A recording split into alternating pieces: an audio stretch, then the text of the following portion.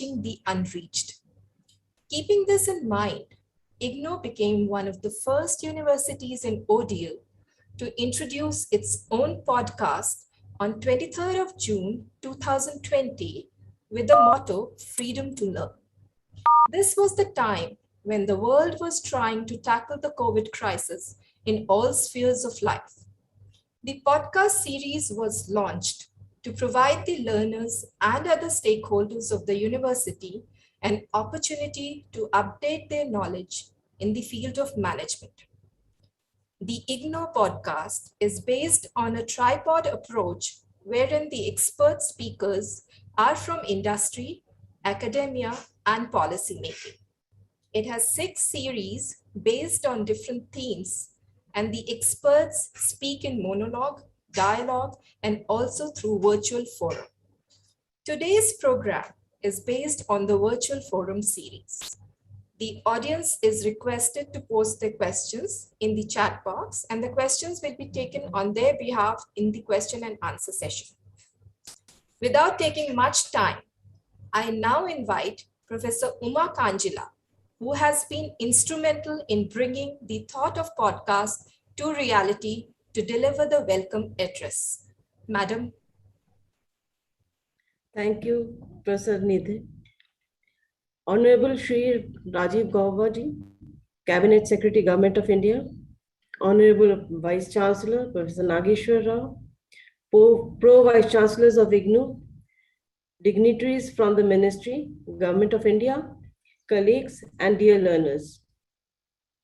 On behalf of IGNOU, it is my pleasure and privilege to welcome you all on the talk on India at 75, Governance, Challenges, and Leadership. IGNOU, one of the mega universities with 3.3 million students on the roll, is imparting education in the field of open and distance learning. It has been keeping itself abreast with the changing times. Even at the time of the major crisis of COVID pandemic, bringing things to a standstill, IGNOU did not stop. During this period, IGNOU came up with many innovative initiatives. Some of the major initiatives were offering 18 online programs, of which 15 were developed during the COVID-19 lockdown. The university, as a national coordinator for SWAYAM and SWAYAM Prabha of Ministry of Education, offered 129 online courses on SWAYAM and is also running 4 educational channels on the SWAYAM Prabha. The university reached out its learners through web-enabled academic support platform, in short known as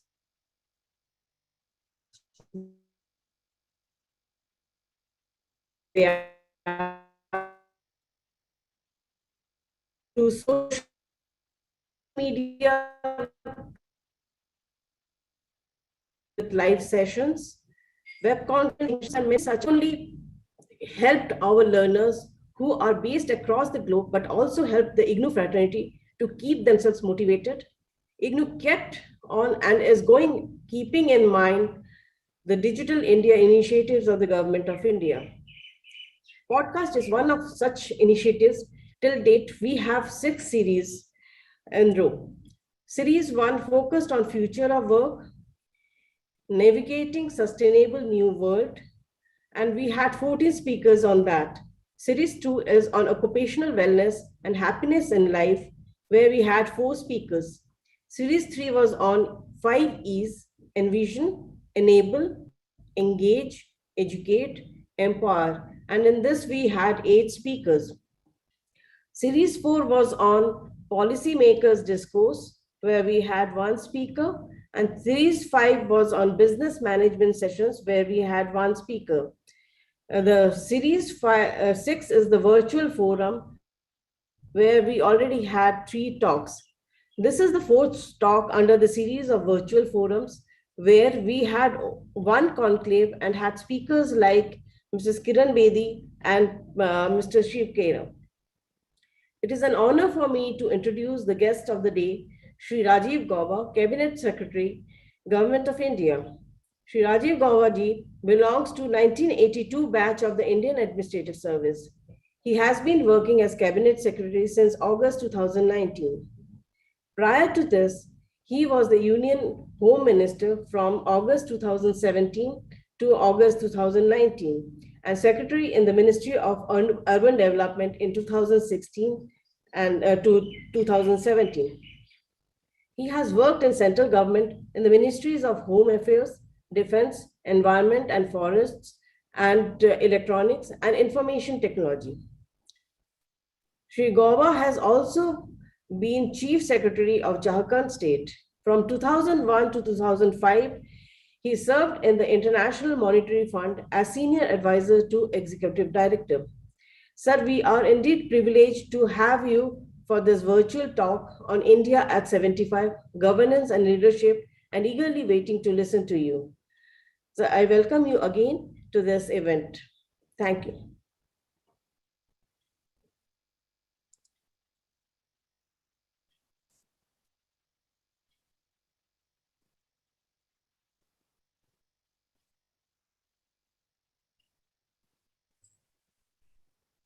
Thank you so much, madam.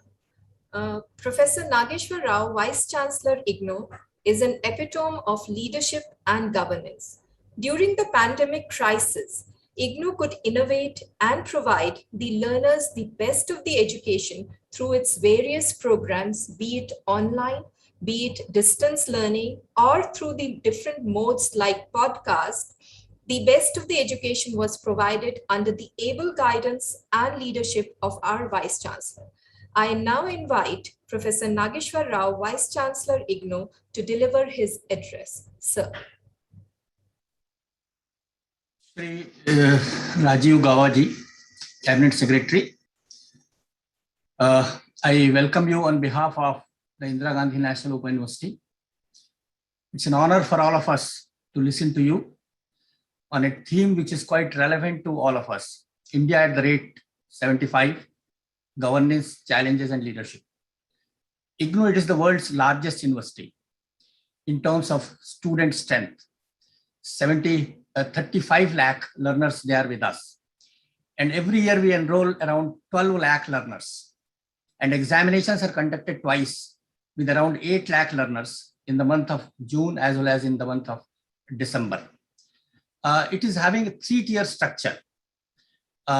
Headquarters, then the regional centers. We are having 56 regional centers right at this point of time, and around 1,800 study centers. We are also having 22 foreign study centers through where also we reach to the learners. And internationally, till this point of time, 60,000 learners, they are getting the degrees and diplomas from this university.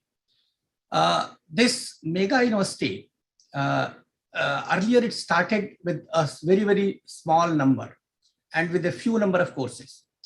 And during the last 10 years, we see that numbers, they have gone up tremendously.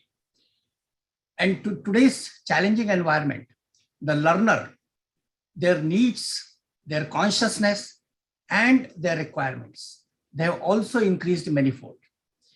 We are providing all the learner support services like the admissions, the counseling, the materials, then the examinations, the grade cards, and the degrees. And in almost all the spheres, the grievances, they are automatically coming. And every day we are coming across with around 6,000 grievances, to which we are having a student service center. We are having an integrated portal through which we are getting those grievances and we are addressing those grievances on day-to-day basis. The governance, it has become a big issue because the people who are with us, they are experienced. They are in the ODL system for the last 30 years, 40 years, and they all are contributing significantly. Our materials, they are of very, very high quality. Today, with the introduction of this new regulation, that is ODL and online regulations 2020. Now ODL and online, both are being put together. It has now become blended learning. We are around 200 ODL courses and around 18 programs in the online. So both the things we are moving. Our pedagogy is also now mixed one, as Umaji has pointed out. We are having 4 Swayamprabha channels and 1 Gyan Darshan channel. Plus we are having 125 SWAYAM courses. So ODL, high quality material, which is available even in the mobile app also, because more than 12 lakh learners, they have downloaded the mobile app through which they are looking at the material. The e-contents of the material, they are being used by around 20% of the fresh learners and 30% of the re-registered old learners. So we are moving towards a new system wherein the technology is more and more being used to provide the learner support services. But still, it's a big challenge and the leadership issues to which we all are confronting. And your visionary talk may help us, may enlighten us, may guide us, and may also inspire us to all our teachers, all our academics spread all over the country, and our learners also, because these learners, they are the new generation learners, and they want to learn the things quickly. And how they can learn the things quickly, how the processes they can be made fast, how the processes can be made much more transparent, all these issues, they are to be taken care of in the governance. When we are talking about the governance, the structural issues are important, the behavioral issues are important, procedural issues are important. So we have to see that how those issues they can be addressed. And your valuable insightful talk, it may really help all of us, because we are having 21 schools of studies, 21 directors, and 56 regional directors. So all are eagerly looking your valuable insights, so which may help us. Definitely it will help us, because it is the biggest university, and the support and the guidance which we will receive from you, that will help us in reshaping our processes, governance processes, in the light of the new education policy, where we are being asked to enhance our GER and the enrollment strength from this 12 lakhs to even 20 lakhs also, and how we can increase those things, and with the same manpower, by using the similar sort of technology, and the manpower which we are having, who are trained mostly in the ODL and the online technologies. I welcome you on this occasion. It's a historic occasion for the Indira Gandhi National Open University, and we are really grateful and thankful to you for your benign presence. Thank you very much. And now I think your valuable insights will guide us, inspire us, and motivate us. Thank you very much. Thank you. Thank you so much, sir, for giving us the brief about the university and its initiative. It's an honor to invite Shri Rajiv Gaba, Cabinet Secretary, Government of India, for the much awaited talk on India at 75, Governance Challenges and Leadership. Sir. Thank you, Professor Agarwal. Chancellor Rao, esteemed members of faculty and students, I'm grateful for this opportunity, and it's really a privilege to address such a distinguished gathering of academicians and students covering such a wide range of disciplines and spread all over. I'm not going to talk about the theoretical concepts of leadership. I will try to share some practical insights based on my experiences on the importance of leadership in the context of governance, particularly the recent experiences. I don't know how relevant they will be for the immediate work of the university, but these relate to the general overall governance in the country, those issues. We all know that last 1.5 years have been extremely challenging, and Professor Uma Kanjilal also mentioned how IGNOU has tried to cope with these challenges, and they have kept their work not only going but implemented new initiatives which are highly commendable. Now, this period has been challenging for India, it has been challenging for the whole world. The pandemic has appended everything that was considered normal. It has been a once in a century kind of global crisis, what is known as a black swan event in terms of global spread, the number of lives lost, the unprecedented economic contraction. Enormity of this crisis surpasses, I think, anything else in our living memory. And it has put to test not only the healthcare systems, but the governance systems of even the most advanced countries, and we are no exception. And the crisis is not over yet. On a continuing basis, we are anticipating and trying to address new and emerging issues. But the question is, what are the learnings from this? I think one key lesson we have seen is that such situations call for collective and synergized efforts of one and all in the system. In this case, health is a state subject, but could we have left it to the state governments or to one ministry, namely the Ministry of Health in Government of India alone? No. So the central government, the state governments, district collectors, municipal corporations, private sector, scientists, they were all brought together. And Government of India set up several or 11 empowered groups headed by secretaries of different ministries and comprising secretaries and senior officers of other departments for ensuring a comprehensive, coordinated response for quick decisions and speedy implementation. And there has been regular, in fact, daily coordination with states, including at the highest level. The Prime Minister has interacted with chief ministers on multiple occasions. In short, it has been what is called a whole of system response. I think this is true for all organizations. This is a lesson which is relevant for everyone, whether it is a company, an academic institution, a research institution, or government.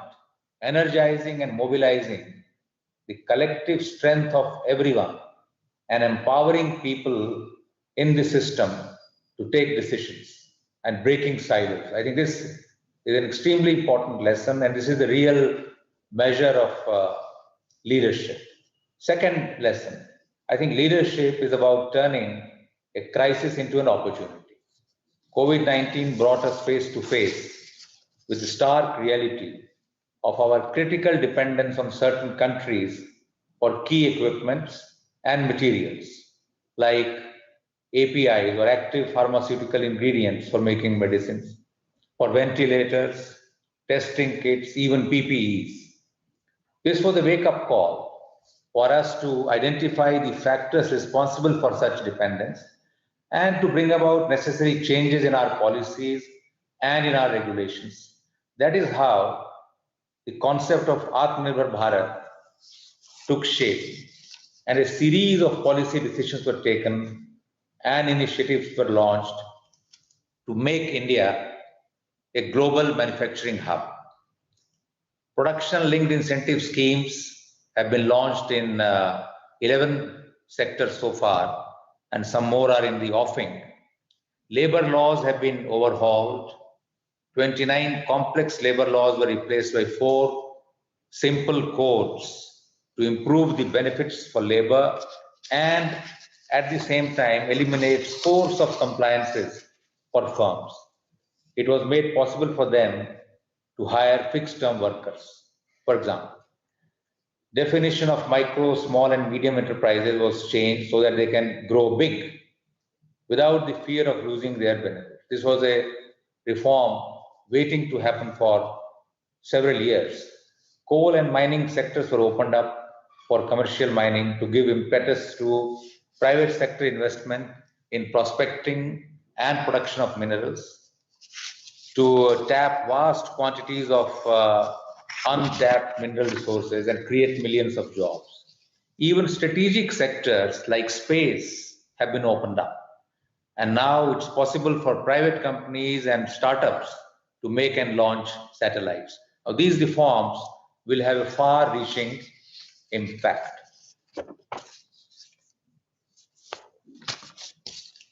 We are celebrating the 75th year of our independence this year. It is an important milestone in the post-independence journey of our country. It's an occasion to reflect on what as a nation we have accomplished, and more importantly, what more needs to be done. Undoubtedly, there have been significant achievements which we can be proud of on almost every front, from education to infrastructure, food security and alleviation of poverty, space and nuclear energy. But we have a long, long way to go. And expectations of people are high. The challenge is to help realize these expectations and aspirations.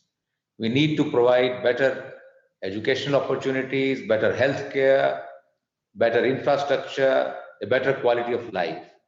And for us to be able to do so, momentous changes will be required in the speed, scale, and scope of development, and transformational changes in our basic approach to governance. The fundamental governance issue facing our country is best summed up in the title of a 2015 book by Bharat Karnad, Why India is Not a Great Power Yet. We have huge potential. We have the potential to be a major power. The world also expects us to be a major power, but we seem to be taking inordinately long to realize this potential. India's core governance challenge is to close this gap and do so fast.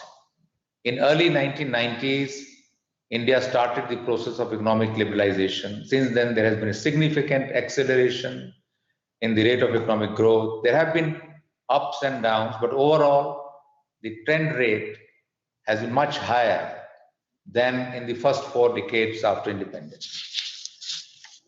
We need to maintain 7 to 8% or even higher growth rate, and high economic growth is also a prerequisite for building hard power, military capabilities, and strategic heft. At the same time, we have to ensure that regional and other imbalances don't get exacerbated. In a country of India's diversity, it is important to ensure that development is inclusive so that peace and social harmony are maintained. We can't afford to rely on the premise that rising tides lift all boats. Governance, therefore, has to address the issues of equity and inclusiveness while seeking to achieve and maintain a high growth rate. I will like here to refer to another famous book, Why Nations Fail, The Origins of Power, Prosperity and Poverty, by a Turkish-American economist, Darren S. Muglow of MIT, and the British political scientist, James Robinson.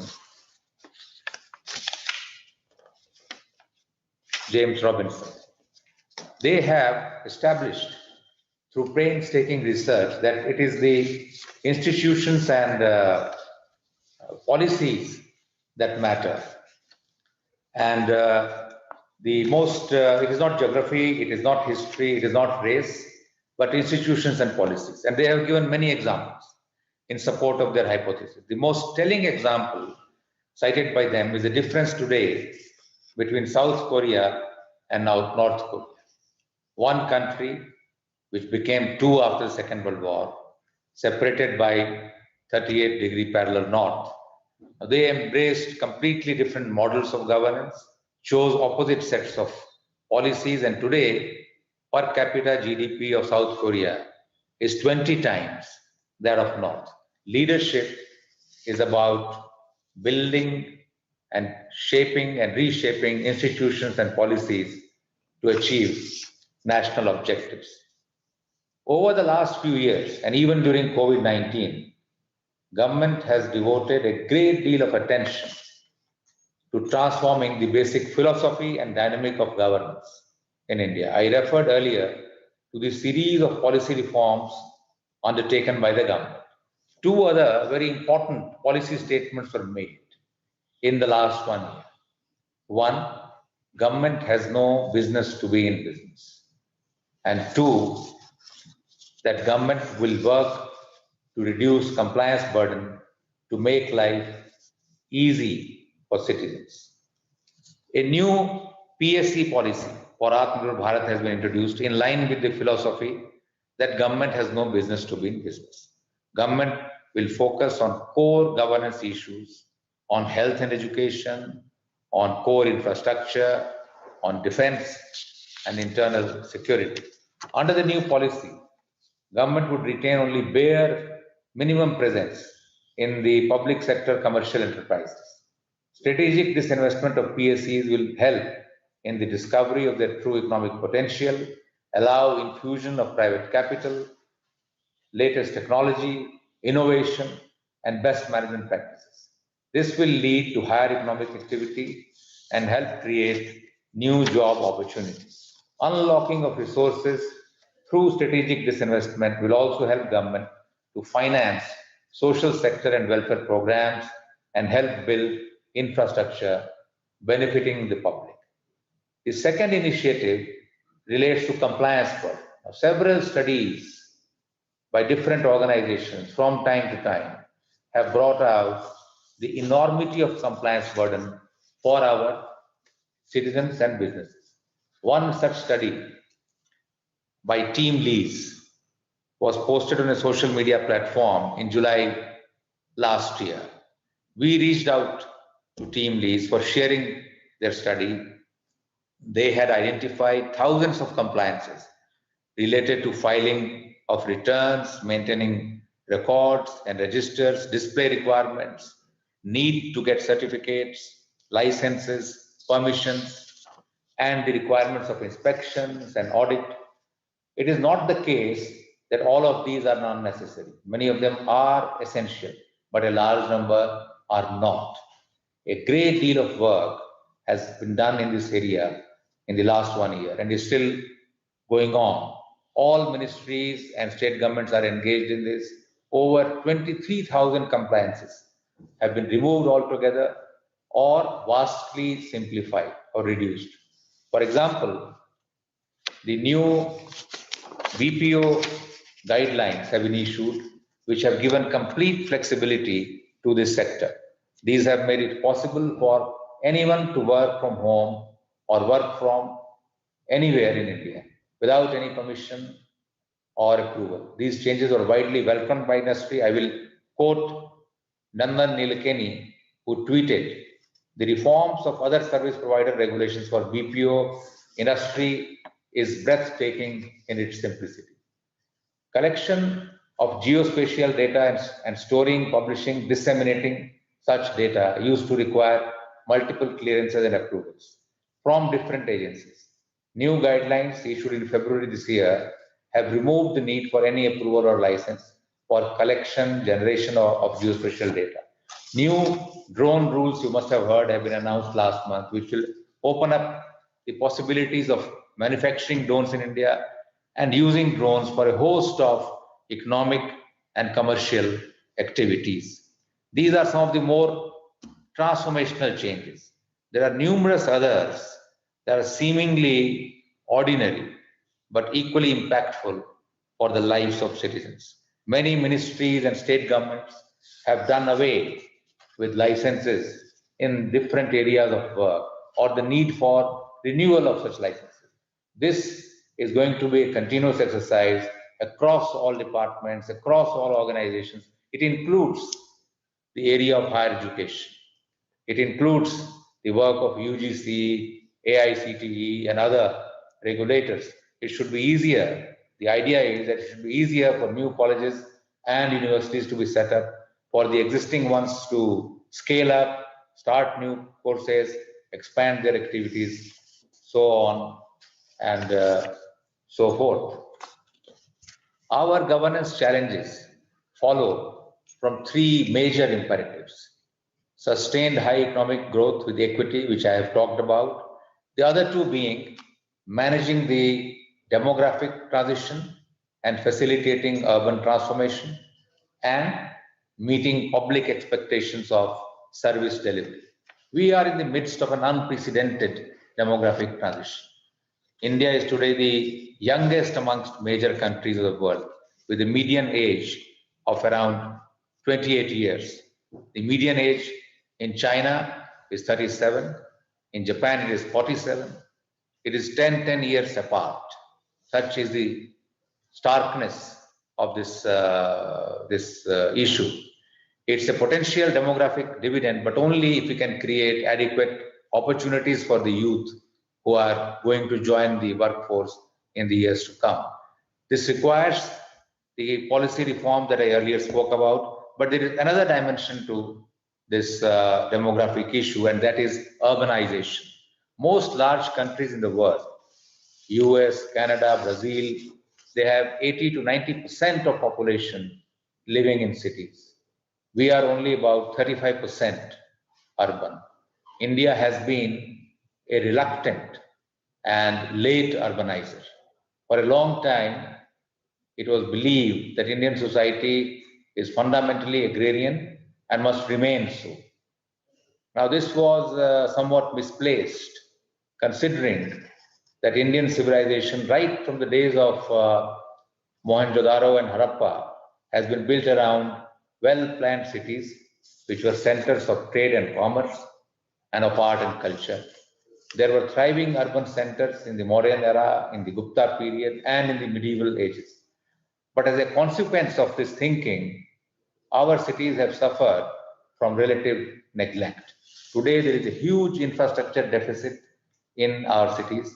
According to one estimate, India needs to invest around 40 lakh crore to eliminate the current infrastructure deficit and to meet the needs of the incremental urban population over a period of next 20 years. We have to make our cities more livable. We need an urban transformation. The city master plans and building regulations can be powerful instruments for promoting more efficient use of land and for promoting environmental sustainability. For example, by mandating solar power, rainwater harvesting. Transit-oriented development policy should incentivize densification and high-rise buildings in corridors along mass transport routes to cut down the distance that people have to travel daily, to reduce the burden on transport systems and cut down use of personal vehicles. Over the last few years, there has been a very significant increase in the investments for upgrading urban infrastructure through multiple missions launched by Government of India.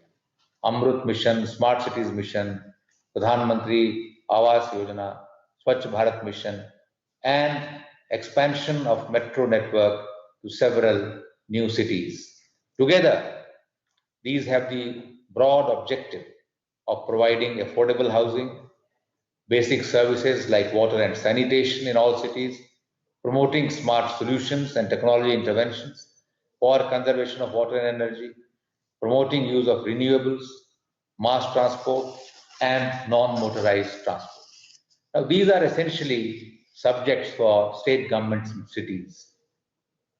But Government of India is working with the state governments and cities to bring about a change in the approach to city governance, to make city governments empowered, professionalize the management in the cities, and to unleash a competitive spirit among cities to raise more resources through user fees, rational property rates, and innovative means like municipal forms. The third issue is that of mismatch between rising public expectations and the ability of our systems to measure up to them. To address this, we have to fully leverage the potential of technology. Governance in India is being redefined through application of technology, process re-engineering, and data analytics. Aadhaar has helped eliminate crores of fake beneficiaries in pensions, in public distribution systems, in scholarships, in several other schemes. It is the world's single largest digital ID platform. Universalization of Aadhaar cards and Jan Dhan accounts is the biggest success story in the world in financial inclusion. Digital India is being extended to all areas of governance and public service delivery. India is expanding its optical fiber network to reach all over 6 lakh villages by 2023. We provide e-visa in more than 160 countries, which is unmatched by any other country. Government is working with entrepreneurs to leverage government databases and resources to provide IT-based services to farmers. Applications using Internet of Things, machine learning, and artificial intelligence are helping farmers today to decide things like when to water their fields, irrigation timings, fertilizer doses. They are getting weather alerts, advice on pest control, and market information. Finally, leadership is about investing in your workforce and equipping them with the necessary skill sets. Civil service is the instrument for meeting governance challenges. Government is investing a great deal of resources so that civil servants can do justice to the expectations from them. Mission Karma Yogi has recently been launched. It is a digital platform to help officers across the board update their knowledge and learn role specific skills and competencies at their convenience from their homes, from the best resources in the world. It will also help them acquire an understanding of the larger context of their actions, a shared vision, and a sense of common purpose. Leadership means being alive to changes, to constantly reevaluate, modify, and reinvent and evolve as per the changing imperatives and changing context.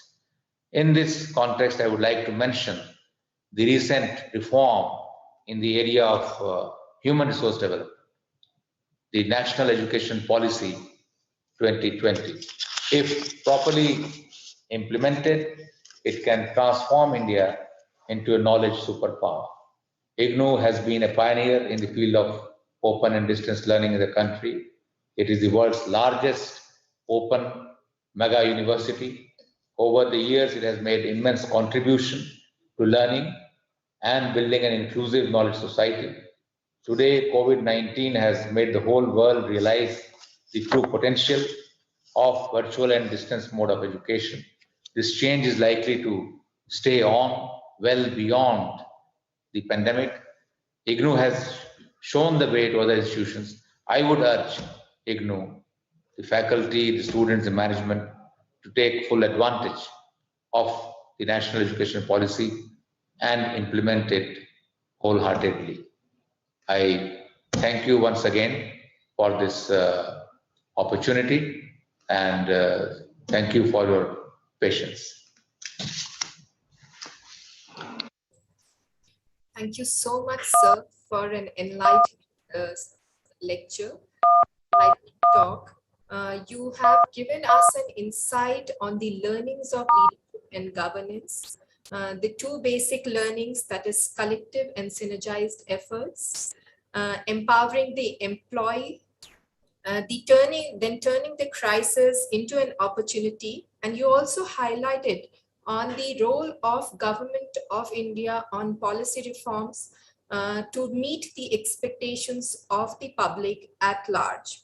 The talk was really, it really highlighted the effects of leadership and governance in the practical approach.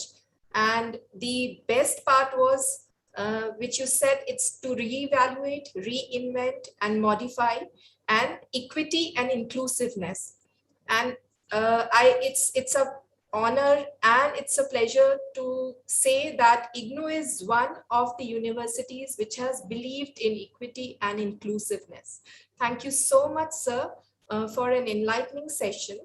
Now we would take some of the questions because we got overwhelming response from the audience on our Facebook portal also, and the faculty and the students, they have posed some questions.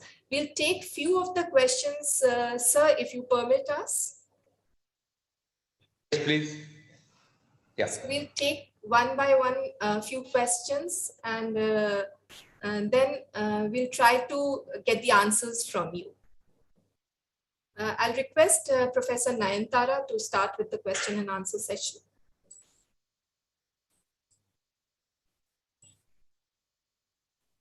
Thank you so much, sir, for such an enlightening speech. It has taught us many things which we must try to implement. Our audience are really excited. We pose so many questions, but we are afraid we'll not be able to take all. We'll select few. So one question has come from Miss Varsha Chaurasia.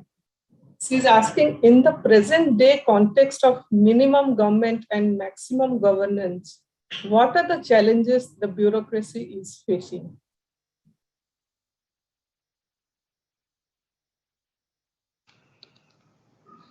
Well, maximum governance and minimum government. This is something which has to be done at policy level as well as at the operational level. It means evaluating, assessing the relevance for existing organizations. Many have outlived their utility. That exercise is being undertaken in the government by the Niti Aayog, by the Ministry of Finance, expenditure by the ministries themselves, and see that which of these can be phased out, which of them can be pruned, some organizations can be merged, and levels can be reduced, in the decision making. An exercise is on in the government, how to speed up decision making, how to reduce levels. The trend world over is towards flatter organizations because they are more conducive to speedier decision making. So a very comprehensive exercise is on, and there have been interactions with all the ministries, senior officers, to identify which of the decisions can be delegated to the attached offices, to the public sector enterprises.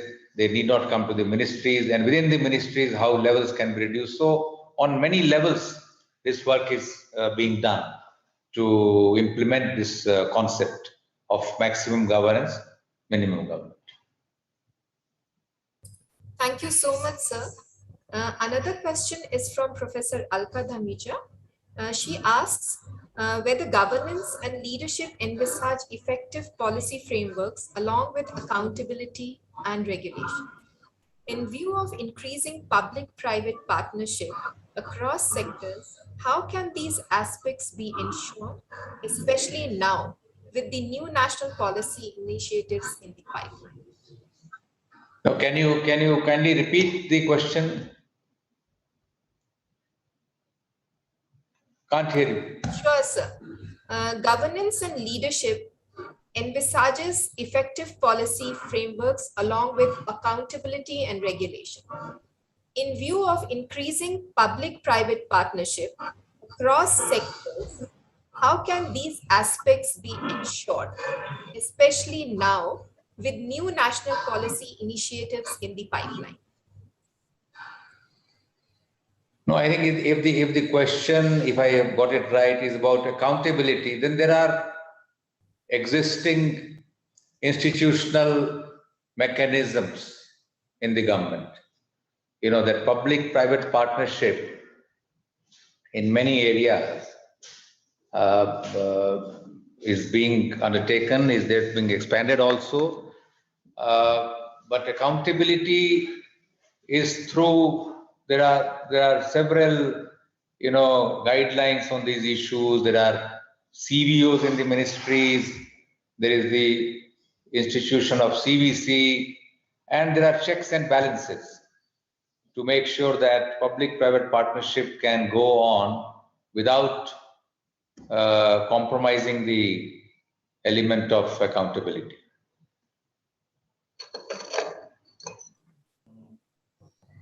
Thank you. I hope I have answered the question. Yes, sir. Absolutely fine. So the Yeah. next question is from Professor Jayant Mahapatra. he is asking what type of governance culture is most conducive for good governance in the sectors of corporate, bureaucratic, and educational. No, it's a very wide-ranging question. There cannot be one size fits all. So it depends upon the what kind of organization. But there are some things which are common to all organizations. That decision making should be quick. Decision making should be based on consensus. There should be transparency. There should be a consultative process, and the leadership should focus on the big picture, and you should empower people down below as much as possible, and there should be accountability. Some I think principles are fundamental and basic, which are applicable to all kinds of organizations at all times, and some would be unique to the organization, kind of organization and the context, and the some would be based on what kind of situation you are dealing with. In a emergent situation, in a crisis situation, you can't emphasize procedure over speed. So it depends on a lot of things. Thank you so much sir. Sir ये प्रश्न professor Jitendra Srivastava ने पूछा है, देश में जो एकदम नई पीढ़ी आई है जिनकी उम्र 18 से 21 के बीच है, जो स्वतंत्रता आंदोलन के संघर्ष से तो परिचित नहीं है, लेकिन जिनके पास नए स्वप्न हैं और उनके स्वप्नों को जिस धरातल की आवश्यकता है उसके लिए क्या कार्य योजना है?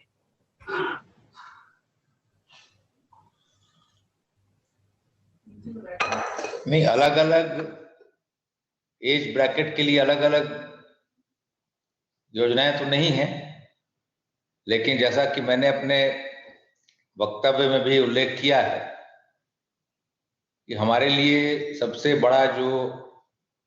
बड़ी जो चुनौती है, जो डेमोग्राफिक चेंज हो रहा है देश में, जो इस युवा वर्ग के लिए 18 से 21 या इन जनरल जो हमारे युवा अभी अध्ययनरत हैं और कुछ दिनों में जो वर्क फोर्स ज्वाइन करेंगे, उनके लिए एम्प्लॉयमेंट अपॉर्चुनिटीज क्रिएट करना, और शिक्षा के क्षेत्र में भी उनको ऐसी शिक्षा के अवसर उपलब्ध कराना जो उन्हें भावी चुनौतियों के लिए तैयार कर सके। जो नई शिक्षा नीति, राष्ट्रीय शिक्षा नीति, वो इस दिशा में एक बहुत बड़ा कदम है for democratisation of educational opportunities. Flexibility provide करती है, आप कोई भी विषय पढ़ सकते हैं, कोई भी कॉम्बिनेशन पढ़ सकते हैं, नई संस्थाएं आ सकती हैं जो अर्थव्यवस्था की मांग के हिसाब से जिस प्रकार की शिक्षा चाहिए, जिस प्रकार के स्किल्स चाहिए, वो उपलब्ध कराएं, और शिक्षा से संबंधित सुविधाओं का विस्तार हो। घर में बैठ कर के भी डिजिटल माध्यम से अच्छे जो अध्यापक हैं उनसे आप शिक्षा को ग्रहण कर सकें। तो एक ये कार्य हो रहा है, ये एक बहुत बड़ा प्रयास है उस दिशा में जो राष्ट्रीय शिक्षा नीति है 2020। दूसरा, जो कई प्रकार के नीतिगत चेंज किए गए हैं, किए जा रहे हैं, मैंने कई सेक्टर्स का उल्लेख किया, वो सारे इसी दिशा में हैं कि देश के जो युवा हैं वो स्वयं उद्यमी बनने की ओर अग्रसर हों, वो उद्यम लगा सकें, ये आसान हो उनके लिए। पूरा जो कंप्लायंस बर्डन घटाने का विषय है वो इस दिशा में एक बहुत बड़ा प्रयास है, ताकि प्रक्रियाओं के बोझ में न दबे लोग, और युवा वर्ग खास तौर से उसमें उनका समय नष्ट न हो और अपनी जो ऊर्जा है, उनकी जो शक्ति है, उसको वो क्रिएटिव कार्यों में, प्रोडक्टिव कार्यों में, नए उद्यम स्थापित करने में, इन चीजों में लगा सकें, खुद भी एम्प्लॉयड हो सकें और लोगों के लिए एम्प्लॉयमेंट अपॉर्चुनिटीज क्रिएट कर सकें, देश में लार्ज स्केल मैन्युफैक्चरिंग बढ़े।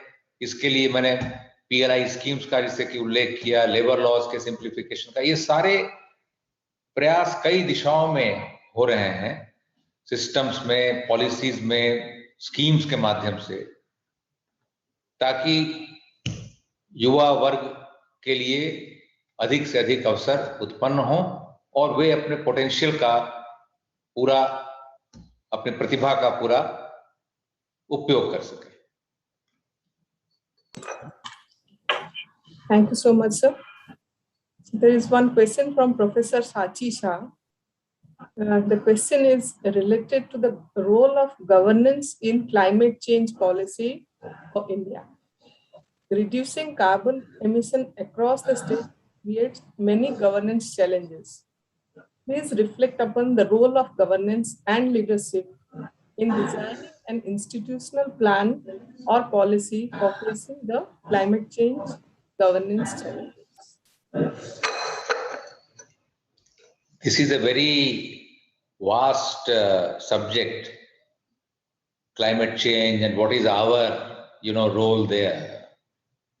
I mean, historically, on this issue, we have taken the position, and we have been one of the leaders of the developing countries bloc on this, that we have to follow the principle of common but differentiated responsibilities. That is, there are other countries, the advanced countries, the industrialized countries, which have contributed to global warming and climate change on a much bigger scale.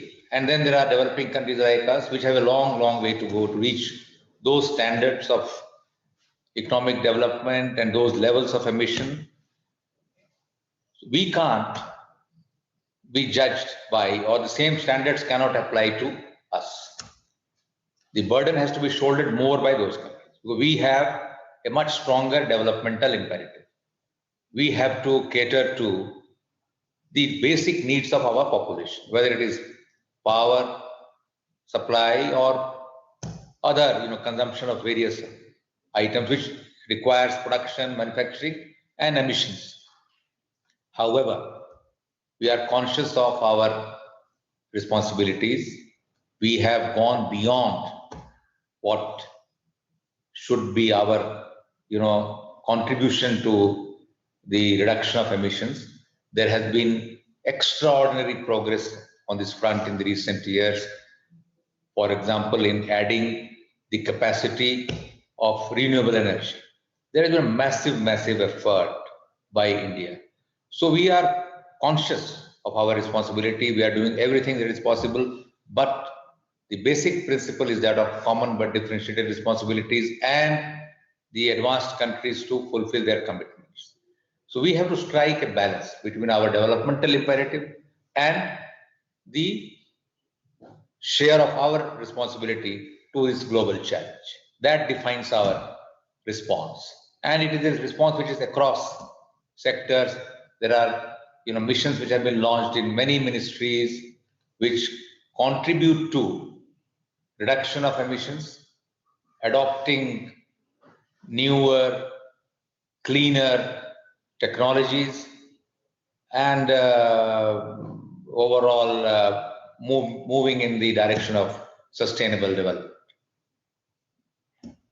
Thank you so much, sir. This is the last question from Professor Chutapa Bose. As per the UNESCO, good governance is the key to quality school education. Now that the pandemic has hit this sector the hardest, what are the challenges in reviving it? Say that again, please.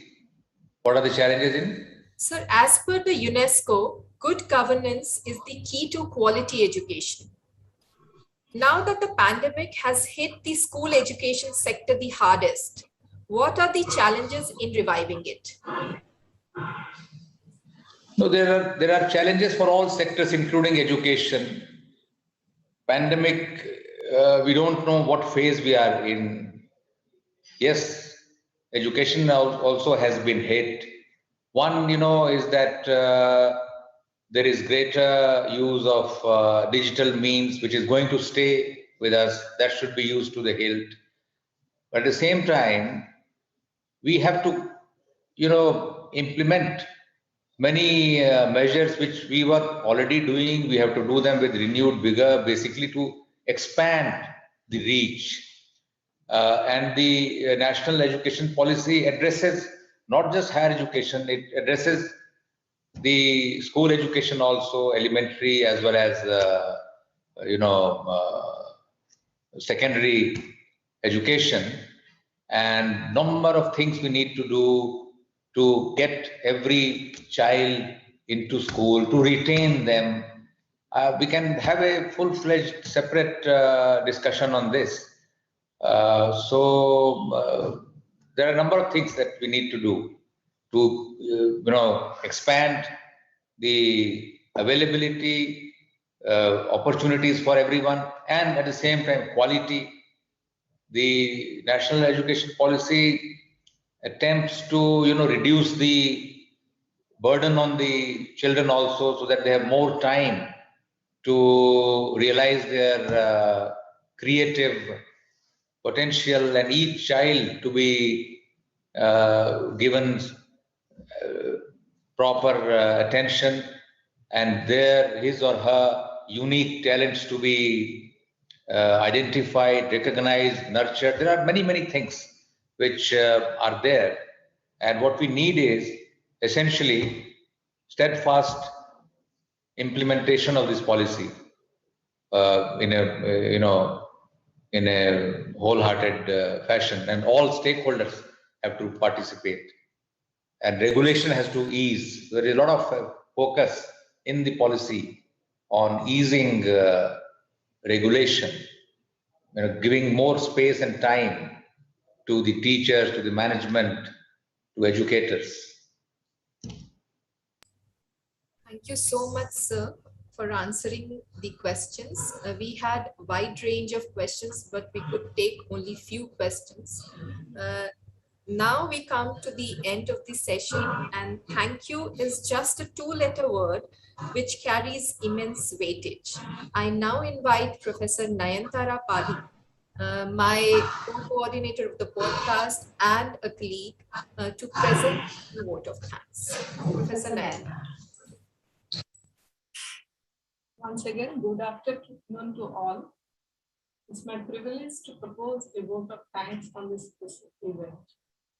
I, on behalf of Indian fraternity, extend my most sincere thanks to Rajiv Gaba, who accepted our invitation and spared his time from his busy schedule to grace this occasion, and for enlightening us on the contemporary topic of governance challenges and leadership when India is 75 years old. On my behalf and from my colleague Niti's behalf, I extend a very hearty vote of thanks to our Honorable Vice Chancellor, Professor Nageshwar Rao, for inspiring and guiding us to organize this event. Further, a big thank you to all our respected Pro Vice Chancellors, colleagues, and staff of IGNOU for their constant support. I'd also like to thank the Cabinet Secretariat officers, Sri Amandip Garg, Madam Kavita Singh, for their cooperation and coordination. Special thanks to our technology experts, Mithun Vinay from IGNOU and Dhameswaji from NIC. I'd also like to thank our media team and Rajesh, our CPRO, for their extraordinary efforts in making this program live. Last but not the least, a special thanks to all our audience for watching this virtual talk. Thank you so much, sir, once again. Over to you, Professor Niti, for concluding this. Thank you so much, Professor Nayantara. We also thank EMPC for presenting this session live on Gyan Darshan and Gyanvani. Thank you so much for being with us. It's always pleasure to hear you, sir, and we hope we'll have more of such sessions from you in the future. And to wind up, I'll just say what sir had said, that leadership is investing in the workforce. So we have come to an end to this session. Sir, आपका आभार. Vice Chancellor Sir, Uma Madam, Nayantara Sir, आपका आभार. Thank you so much. Thank you, all of you, and it has been a real pleasure.